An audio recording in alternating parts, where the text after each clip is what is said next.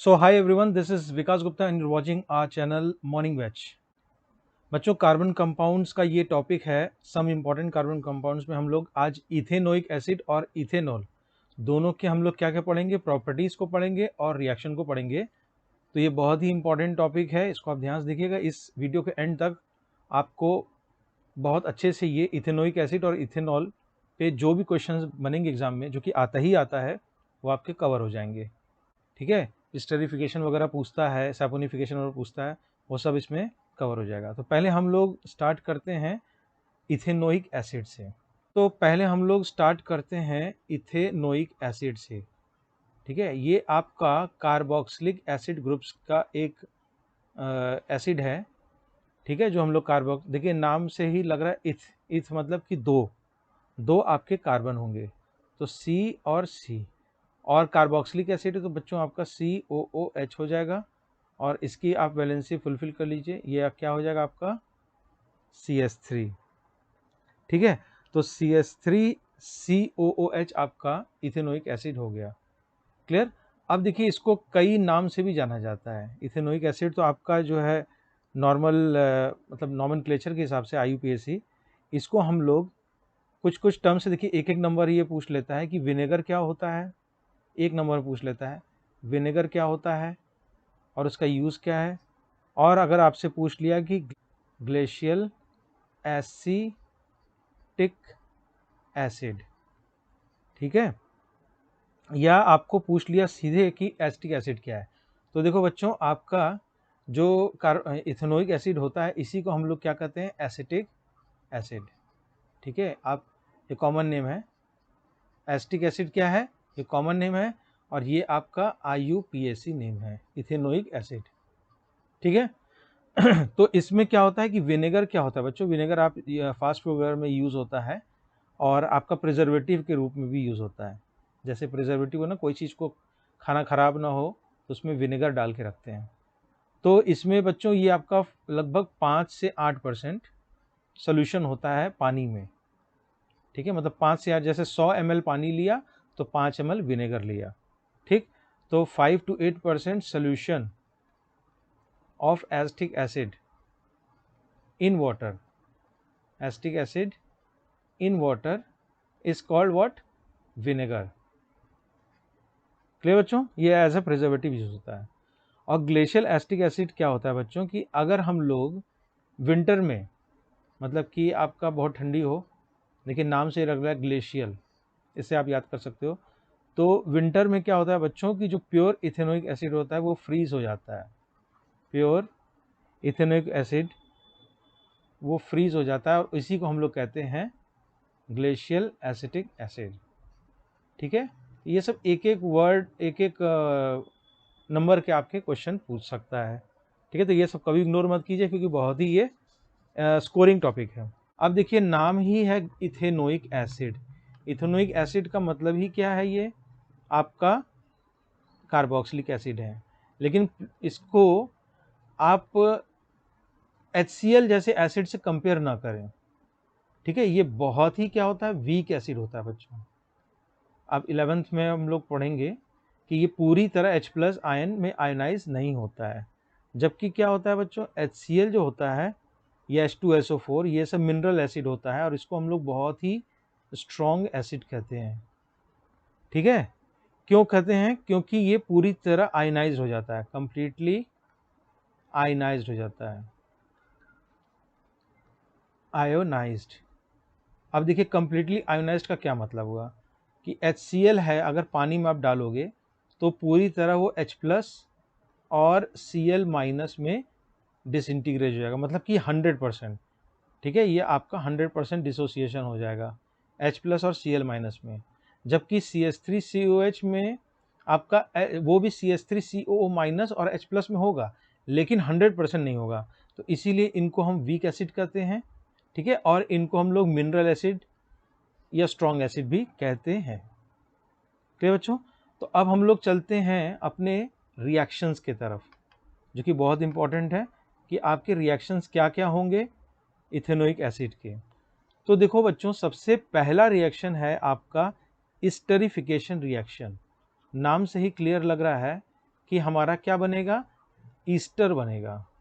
ठीक है, ईस्टरिफिकेशन रिएक्शन। अब आप बोलोगे सर ईस्टर क्या होता है, तो ईस्टर आपका जैसे फॉर्मूला आपका हो गया RCOOR, ठीक है, और ये आपका जो है बच्चों एक फ्लेवरिंग एजेंट की तरह यूज़ होता है। ये मतलब मैं बता दूं थोड़ा सा ईस्टर के बारे में। ईस्टर क्या होते हैं, ये आपके स्वीट स्मेलिंग होते हैं, जैसे फल वगैरह होता है ना, फ्रूट्स, वो स्मेल करता है, ऑरेंज हुआ, एप्पल हुआ, तो स्वीट स्मेलिंग सब्सटेंस होता है ये सब, और एज अ फ्लेवरिंग एजेंट, ठीक है, फ्लेवर डालने के लिए यूज़ होता है, और या परफ्यूम के रूप में यूज़ होता है। ठीक है, स्मेल होता है ना, या परफ्यूम के रूप में यूज़ होता है। तो ये सब एक एक नंबर में आपको पूछ सकता है। अब बात आती है कि हम लोग इसको कैसे बनाते हैं Easter.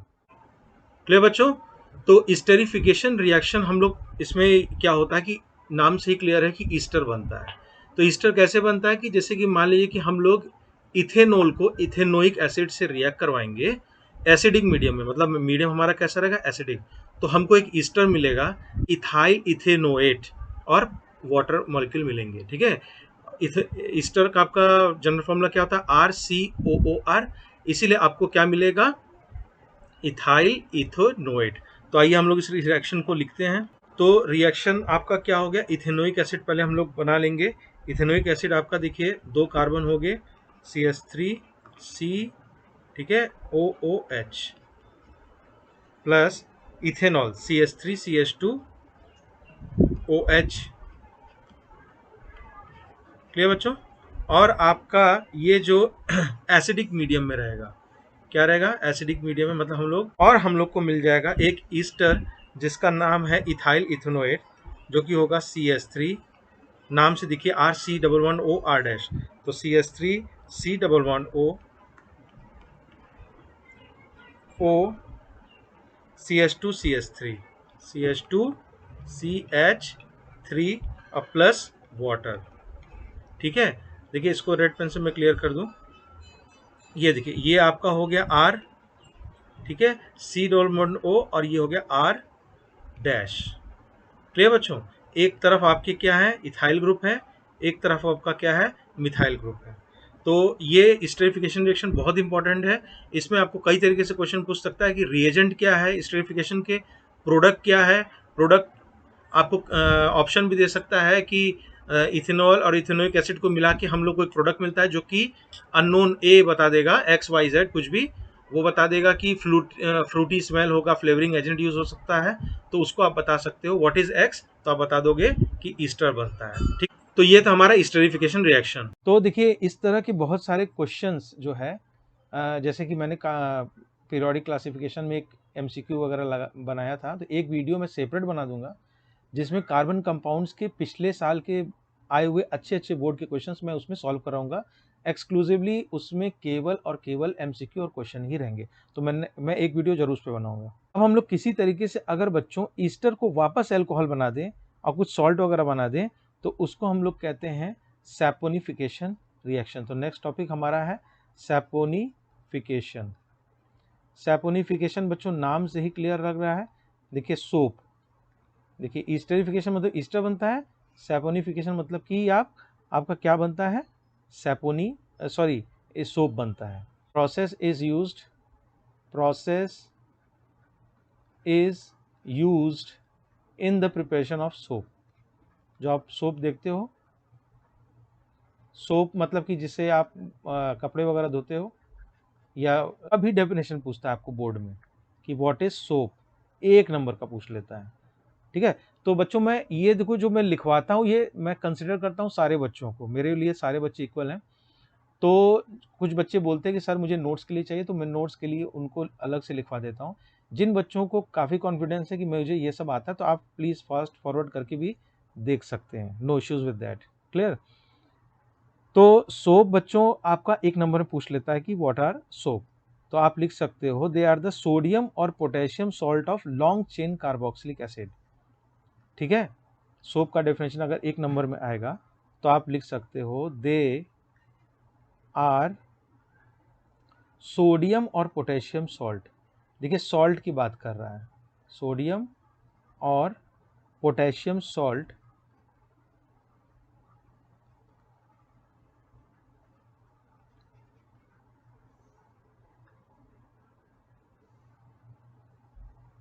Of long chain carboxylic acid. ठीक है, ऐसा नहीं कि कोई इथेनोइक एसिड टाइप का ले लिया उसमें सोडियम सॉल्ट लगा दिया, ऐसा नहीं है।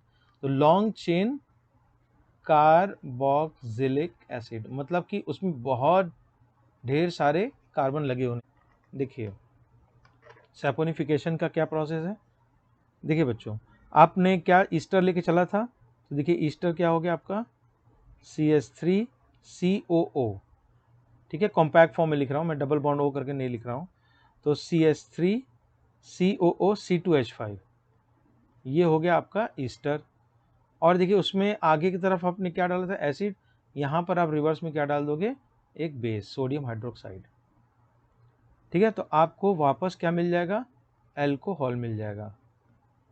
मैंने बताया था एल्कोहल लेके चले थे, एल्कोहल मिल गया। और दूसरा क्या मिला आपको, मैंने क्या कहा कि sodium salt of carboxylic acid मिलता है। तो आपका देखिए क्या हो जाएगा, CH3COONA। तो अगर हम लोग बच्चों यहाँ पर एक समरी बना दें फ्लो चार्ट टाइप का, तो देखिए ये क्या हुआ। देखिए इसमें जब आप इथेनॉल में इथेनोइक एसिड मिलाएंगे, ध्यान से, इथेनॉल में इथेनोइक एसिड मिलाएंगे तो आपको क्या मिलेगा, ईस्टर। ठीक है, और इस रिएक्शन को हम लोग क्या कहेंगे, नटशेल में आपको याद करने के लिए फ्लो चार्ट की तरह याद करो, ये कहेंगे ईस्टरीफिकेशन। ठीक, अब देखिए जब हम लोग, ईस्टर तो बन गया, अब हम लोग जब ईस्टर से वापस आपका क्या बनाएंगे, इथेनॉल बनाएंगे। ठीक है, और आपका देखिए क्या बनाएंगे, सोडियम सॉल्ट यहाँ बन रहा था, तो sodium salt of carboxylic acid बनाएंगे। तो उसको हम लोग क्या कहेंगे, सैपोनिफिकेशन कार्बोक्सिलिक एसिड। ठीक है बच्चों, तो जब हम लोग इसमें, और मतलब इसमें यहाँ पर देखिए एसिड यूज होगा और एसिड का उल्टा बेस होता है, तो आप यहाँ पर बेस लिख लो। ठीक है, तो मान लीजिए पोटेशियम हाइड्रोक्साइड है तो potassium salt of carboxylic acid बनेगा, सोडियम हाइड्रोक्साइड है तो सोडियम सॉल्ट ऑफ, ठीक है, कार्बोक्सिलिक एसिड बनेगा। और इसी को ध्यान दीजिए हम लोग क्या कहते हैं, सोप भी कहते हैं। ठीक है, इसीलिए हम लोग इस रिएक्शन को कहते हैं सैपोनिफिकेशन। क्लियर हुआ, मतलब कि ईस्टरिफिकेशन और सैपोनिफिकेशन जस्ट दूसरे प्रोसेस हैं। ईस्टरिफिकेशन से हम लोग ईस्टर बनाते हैं, सैपोनिफिकेशन से हम लोग सोप बनाते हैं, जो कि होता है सोडियम सॉल्ट ऑफ या potassium salt of long chain of carboxylic acid. ठीक है, ईस्टरिफिकेशन में आपका पूछ सकता है मीडियम क्या होना चाहिए, तो आप बता दोगे एसिडिक होना चाहिए, और सैपोनिफिकेशन में बेसिक। ये बहुत ही इंपॉर्टेंट है बच्चों, सैपोनिफिकेशन ईस्टरिफिकेशन, हर बार ये क्वेश्चन बनता है, इसको आप ध्यान से समझिएगा। अब देखिए दूसरा रिएक्शन हम लोग देखते हैं, रिएक्शन विद अ बेस। ठीक है, रिएक्शन विथ अ बेस। ठीक है, बहुत छोटा टॉपिक है, केवल आपको प्रॉपर्टीज याद करना है, एक दो रिएक्शन याद करना है। तो जैसे आपको याद होगा कि डबल डिस्प्लेसमेंट रिएक्शन होता है, एसिड और बेस मिलाएंगे तो हम लोग क्या मिलता है, सॉल्ट एंड वाटर। उसी तरीके से अगर हम लोग आपका जैसे मान ली इथेनोइक एसिड ले रहे हैं, CH3COOH, ठीक है, और एक बेस ले लेते हैं सोडियम हाइड्रोक्साइड फॉर एग्जांपल, तो ये आपका बच्चों फिर से वही देगा, सॉल्ट और वाटर। तो CH3COO, ठीक है, Na, अभी मैं बता रहा हूँ, प्लस H2O। देखिए ये हो गया आपका एसिड, न्यूट्रलाइजेशन रिएक्शन पड़ा होगा ना, एसिड बेस मिला के वाटर और सॉल्ट मिलता है, तो CH3COOH आपका एसिड हो गया, सोडियम हाइड्रोक्साइड आपका बेस हो गया, और CH3CO माइनस Na आपका क्या हो गया, सॉल्ट हो गया, और ये बच्चों क्या हो गया, वाटर। अब देखिए CO माइनस पे माइनस है, Na पे प्लस है। ठीक है, तो ये था बच्चों। अब इसमें एक लास्ट रिएक्शन होता है कि जब एथेनोइक एसिड रिएक्ट करता है कार्बोनेट और hydrogen carbonate, this is yet another very important reaction, जो कि आपका हर साल बोर्ड में पूछता है। ठीक है, कि जब एथेनोइक एसिड रिएक्ट करेगा कार्बोनेट और हाइड्रोजन कार्बोनेट से। ठीक है बच्चों, तो कार्बोनेट हो चाहे हाइड्रोजन कार्बोनेट हो, दोनों में ही सॉल्ट बनाता है, H2O बनाता है, CO2 बनाता है। ठीक है, आप क्या क्या बोलोगे, सॉल्ट बनाता है, CO2 बनाता है और H2O बनाता है। क्लियर, ये बहुत इंपॉर्टेंट रिएक्शन, ये पूछता है आपको। तो आप यहाँ पर टॉपिक लिख लो, रिएक्शन तीसरा है ये, reaction with carbonates, carbonates and hydrogen carbonate. ठीक है, एंड हाइड्रोजन कार्बोनेट, एग्जाम्पल आपको मालूम है। ठीक है, हाइड्रोजन कार्बोनेट क्या होता है, HCO3, कार्बोनेट CO3 होता है, हाइड्रोजन कार्बोनेट। ठीक है, जैसे मान लीजिए कार्बोनेट है, मैग्नीशियम कार्बोनेट हो गया MgCO3। ठीक है, और आपका जैसे ही हाइड्रोजन कार्बोनेट हो गया, उसमें एक H लगता है। ठीक है, ये आपका होता है HCO3 माइनस। ठीक है, और ये आपका होता है CO3 2 माइनस। कार्बोनेट क्या होता है, CO3 2 माइनस, और आपका हाइड्रोजन कार्बोनेट क्या होता है, HCO3 माइनस। तो जब हम इससे रिएक्ट करेंगे तो क्या होगा, तो देखिए फ्लो में मैं आपको बता दूं, अगर आपको याद करने का तरीका है, बाकी तो एग्जांपल आप लिख लोगे, तो आप देखिए एंड प्रोडक्ट याद कर रखो। तो एंड प्रोडक्ट क्या बनता है, आपका सॉल्ट बनता है, CO2 बनता है और H2O बनता है। तो ये आपका एंड प्रोडक्ट है। ये ऐसे आप रिएक्शन याद करोगे ना, तो आपको एक की तरह याद रहेगा कि भाई इसमें एंड प्रोडक्ट ये बनता है, अच्छा ये बनता है। फिर तो आप रिएक्शन देख के, रिएजेंट देख के आप बना ही लोगे। ठीक है, जैसे कि मान लीजिए कि अगर हम लोग इथेनोइक एसिड की बात करते हैं, तो CH3COOH। ठीक है, और इसको किसी कार्बोनेट से रिएक्ट कर देते हैं, जैसे मान लीजिए Na2CO3। तो मैंने क्या बताया था कि सॉल्ट बनता है। तो देखिए सॉल्ट कहाँ से बनेगा आपका, ये देखिए Na है, Na प्लस, और यहाँ से CH3CO माइनस आएगा। समझ में आ रहा है ना, अभी मैंने ऊपर बताया था। देखिए यहाँ पे माइनस है और यहाँ पर प्लस हो जाएगा, तो ये दोनों आपका जुड़ जाएगा। तो क्या बनेगा, CH3COONA, CH3COONA, यहाँ पे माइनस, यहाँ पे प्लस। ठीक है, और क्या बनेगा आपका H2O और CO2। ठीक है, CO3 आपका डिसइंटीग्रेट हो जाएगा, और वहाँ पर आपका एक H इससे मिलके H2O बनाएगा, और CO3 डिसइंटीग्रेट होके CO2 बनाएगा। ठीक है, तो देखिए क्या मिला, ये सॉल्ट हो गया, ये देखिए ये आपका सॉल्ट हो गया, ये आपका CO2 हो गया और H2O हो गया। ठीक, तो ये हो गया बच्चों किससे, कार्बोनेट से। अब हम लोग क्या करते हैं, सोडियम हाइड्रोजन कार्बोनेट एक ले लेते हैं, तो यही रहेगा CH3COOH। ये देखिए CH3COOH। ठीक है, और मैं साफ इसको लिख दूं, CH3COOH। ठीक है, जब आप इसको रिएक्ट कराएंगे सोडियम हाइड्रोजन कार्बोनेट से, मतलब NaHCO3। ठीक, तो फिर से देखिए आपका, देखिए यहाँ पर CO3 माइनस आएगा, HCO3 माइनस। ठीक है, सॉरी Na प्लस होगा, और यहाँ पर आपका CH3CO माइनस होगा। ठीक है, Na पे क्या होगा, प्लस होगा, और CH3CO माइनस पे, तो ये दोनों जुड़ जाएंगे, तो क्या बनेंगे, CH3COONA। ठीक है, और वापस से आपका फिर से वही बनेगा H2O और CO2। ठीक है, इसको मैं अलग पेन से मार्क कर दे रहा हूँ। देखिए Na पे क्या चार्ज है, देखिए किसी भी रिएक्शन को रटने की जरूरत नहीं है, आप मैकेनिज्म देख सकते हो। Na पे प्लस है और CH3CO पे माइनस है, तो Na प्लस और CH3CO माइनस जुड़ के CH3CO Na बन गया। देखिए फिर से ये क्या बन गया, एक सॉल्ट बन गया। ठीक है, और आपका H2O CO2 बन गया। तो कॉमन प्रोडक्ट, एंड प्रोडक्ट क्या बच्चों बनेगा, सॉल्ट बनेगा और CO2 बनेगा और H2O बनेगा। ठीक, अब यहाँ पर देखिए K होता तो CH3CO K बनता। ठीक है, जैसे एलिमेंट चेंज होगा, यहाँ पर K होता तो CH3CO K बनेगा। ये आपका सब रिएक्शन था, प्रॉपर्टीज था इथेनोइक एसिड का। एक तो आपका हाइड्रोजन कार्बोनेट कार्बोनेट से रिएक्शन हो गया। ठीक है, एक आपका स्टेरिफिकेशन हो गया, सैपोनिफिकेशन हो गया।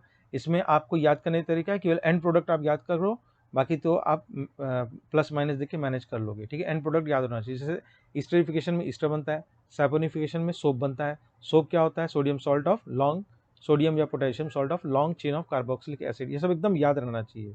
एक नंबर में ईस्टर आ गया, एक नंबर में सोप आ गया, सैपोनिफिकेशन आ गया, स्टेरिफिकेशन आ गया, ये आपको याद रहना चाहिए, ठीक है। और ये बहुत फेमस एग्जांपल है। जैसे इसको आपको कंफ्यूज करने के लिए ऐसे कर सकता है कि दो रिएजेंट है, उसको रिएक्ट करके जो प्रोडक्ट बना वो जो है आपका गैस जो है आपको it turns lime water milky, ऐसे करके क्वेश्चन पूछता है। अभी मैं बताऊंगा उन सारे क्वेश्चंस को वीडियो में कवर करूंगा। तो बताइए कि वो जो आपका ए और बी है, तो ए का नाम दे देगा कि इथेनोइक एसिड है, तो बी का नाम पूछेगा तो बी आप बता सकते हो कि कार्बोनेट या हाइड्रोजन कार्बोनेट होगा। क्लियर। तो अब हम लोग चलते हैं, ये तो इथेनोइक एसिड की बात हो गई। अब हम लोग चलते हैं अपने दूसरे रिएजेंट की तरफ जो कि है इथेनॉल।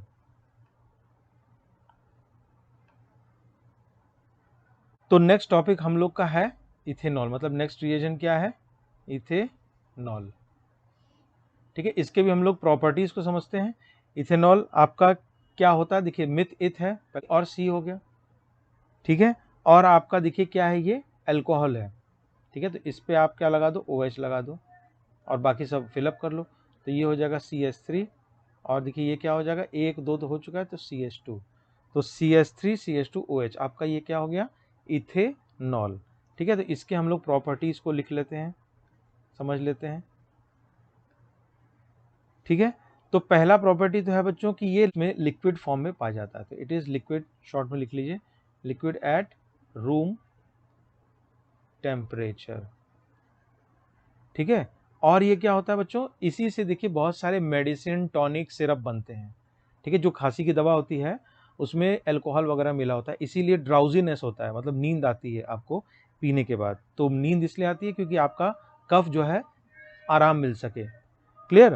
तो ये क्या होता है बच्चों, इथेनॉल जो भी दवा होती है ना, वो देखिए दवा कब बनती है, जब आप उसको किसी चीज में घोलिए। तो इथेनॉल एक गुड सॉल्वेंट की तरह बिहेव करता है, ठीक है। मतलब इसमें कोई भी मेडिसिन जो भी केमिकल हो आपको, वो आपका ईजिली इसमें घुल जाता है। अगर आपको सिरप बनाना है तो आपको एक कोई बेस लेना पड़ेगा ना, कोई लिक्विड फॉर्म, तो पानी थोड़ी लोगे, पानी तो खराब हो जाएगा। तो आप क्या करोगे, एक बेस लोगे। तो आपका जो इथेनॉल होता है एक गुड सॉल्वेंट होता है, मतलब कि इसमें कुछ भी घुल जाता है। इसीलिए इसको हम लोग मेडिसिन फॉर मेकिंग क्या करते हैं, मेडिसिन हो गया, सिरप हो गया, इसलिए यूज करते हैं, ठीक है। ये सब आपको सब एक एक नंबर में पूछ सकता है, ठीक है। Which property of the alcohol या ethanol makes it a good medicine, तो आप बता दोगे गुड सॉल्वेंट, ठीक है। और कहीं कहीं अभी तो हमारे देश में नहीं, लेकिन आपके फॉरेन देश में ये पेट्रोल में भी यूज होता है एज एन एडिटिव, ये एज एन एडिटिव यूज होता है इन फ्यूल, ठीक है, पेट्रोल वगैरह में। तो इससे क्या होता है, ये रिजल्ट क्या होता है, क्यों ऐसे बोलते हैं या क्यों ऐसे यूज करते हैं, क्योंकि ये क्लीनर फ्यूल देता है बच्चों, ठीक है। आपका क्लीनर फ्यूल देता है, साफ सुथरा, केवल CO2 और H2O रहता है और बाकी सब नहीं रहता है, ठीक। तो ये तो छोटा सा टॉपिक था प्रॉपर्टीज। अब हम लोग आते हैं इसके रिएक्शंस की तरफ, रिएक्शंस,